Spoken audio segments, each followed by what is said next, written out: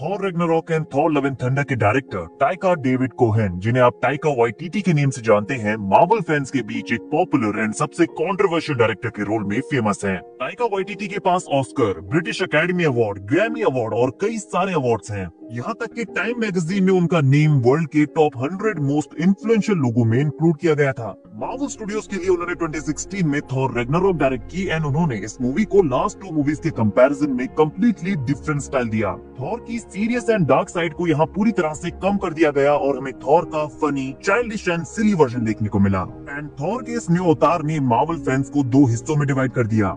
एक ग्रुप को ये न्यू थॉर काफी पसंद आया और उनके लिए ये मूवी एमसीयू की अब तक की सबसे बेस्ट मूवी बन गई। किसी ने कहा कि थॉर एमसीयू की अब तक की सबसे बेस्ट फ्रेंचाइज है। उन्हें टाइका वाइटिटी के स्टाइल में थॉर का ह्यूमर और एक्शन काफी ज्यादा पसंद आया। इस वाले ग्रुप का मानना था कि इन सारी चीजों के मिक्सचर के साथ थॉर रैग्नारोक मार्वल की अब तक की one of the best super hero movies की लिस्ट में आती है। बट सेकंड ग्रुप का मानना था कि टाइका वाइटिटी ने इतने सारे जोक्स एंड ह्यूमर्स को ऐड करके थॉर के कैरेक्टर को खराब कर दिया है। उनका कहना है कि मूवी में रैग्नारोक का मतलब था वर्ल्ड का एंड, लेकिन किसी ने भी इस चीज को सीरियसली नहीं लिया। और एक सीन के बाद जोक्स ऐड किए गए और इस आइडिया ने कॉमिक्स वाले थॉर का मर्डर कर दिया। हमें किसी भी कैरेक्टर के साथ इमोशनल कनेक्शन फील नहीं हुआ। लाइक ओडिन की डेथ, म्योल्निर का डिस्ट्रक्शन, थॉर की आई, ये सारे सीन्स ऐसे थे जिन्हें देखकर ऑडियंस को उन कैरेक्टर के लिए पेन फील करना चाहिए था, लेकिन एक के बाद एक जोक्स को इन सीन्स में इंक्लूड करके मूवी को बर्बाद कर दिया। दोनों ही टाइप के ऑडियंस के अपने अलग अलग ओपिनियंस हैं, बट अगर आप मूवी की IMDb रेटिंग्स चेक करेंगे तो ऐसा लगता है कि फैंस को थॉर रैग्नारोक सच में काफी पसंद आई थी।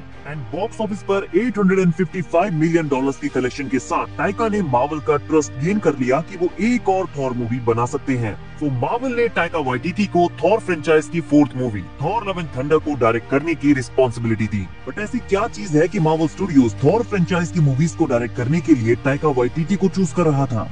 वेल ऑफ कोर्स, टाइका का पास्ट करियर और थॉर रैग्नारोक की सक्सेस, ये सारी चीजें तो हैं ही, लेकिन इन सबसे बढ़कर जो चीज थी वो थी भरोसा। मार्वल ने टाइका पर भरोसा किया और टाइका ने मार्वल से कहा कि आप जैसा कहेंगे मैं वैसा करूंगा, मैं अपना बेस्ट दूंगा और आपको डाउन नहीं करूंगा। एक बार आप खुद देखिए कि टाइका ने मार्वल से क्या कहा।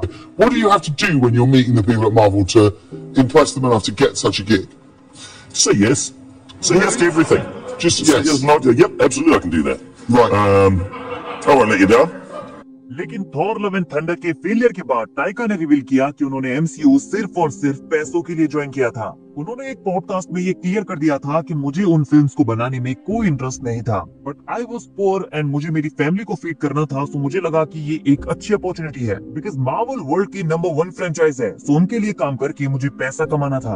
और साथ में उन्होंने ये भी कहा कि थॉर सबसे कम पॉपुलर फ्रेंचाइज थी। मैंने कभी भी एज अ किड थॉर की कॉमिक्स नहीं पढ़ी थी, लेकिन जब मैंने इन्हें देखा तो ये कुछ ज्यादा खास थी भी नहीं। सो इसका मतलब है कि उन्होंने थॉर रैग्नारोक के ऊपर भी गैम्बल खेला था, बट फॉर्चुनेटली वो मूवी हिट हो गई। उन्होंने इस मूवी में एफर्ट भी इसलिए लगाया ताकि वो अपने लिए नेम बना सके और उन्हें मार्वल से कुछ और प्रोजेक्ट्स एंड मनी मिल सके। और Thor love and thunder flop हो गई बिकॉज उन्होंने यहाँ पर ज्यादा एफर्ट्स लगाए भी नहीं। बट एक्चुअली अगर हम इस पूरे केस को देखें तो टाइका वाइटिटी MCU में आए, उन्होंने अपने लिए नेम एंड फेम दोनों चीजें अर्न की और चले गए। वो जिस काम के लिए MCU में आए थे वो चीज उन्हें मिल गई। नाउ टाइका के जाने के बाद रिपोर्ट्स के अकॉर्डिंग मार्वल थॉर 5 के लिए न्यू डायरेक्टर को हायर करने वाला है, सो टाइका वाइटिटी थॉर 5 के लिए रिटर्न नहीं करेंगे। हमें ये नहीं पता है कि ये मूवी कब आने वाली है, बट हम इतना जानते हैं कि मार्वल टाइका वाइटिटी के ऊपर दोबारा भरोसा नहीं करेगा। एंड गाइस, मैं अपना ओपिनियन बताऊं तो मुझे टाइका वाइटिटी से कोई शिकायत नहीं है बिकॉज मुझे Thor Ragnarok and Thor love and thunder दोनों ही मूवीज काफी अच्छी लगी। बट मुझे बुरा इस बात का लगा कि टाइका ने मार्वल का ट्रस्ट ये कहकर गेन किया कि मैं अपना बेस्ट दूंगा, मैं आपको डाउन नहीं करूंगा। और थॉर लव एंड थंडर के फ्लॉप होने के बाद उनका स्टेटमेंट ये था कि मुझे इन मूवीज में कोई इंटरेस्ट था ही नहीं। नाउ गाइस, टाइका वाइटिटी के इस मूव के ऊपर आपका क्या कहना है कमेंट करके जरूर बताइए। वीडियो अगर अच्छी लगी हो तो वीडियो को लाइक और चैनल को सब्सक्राइब करना ना भूलें बिकॉज ऐसी ही अमेजिंग वीडियोस हम डेली लाते रहते हैं।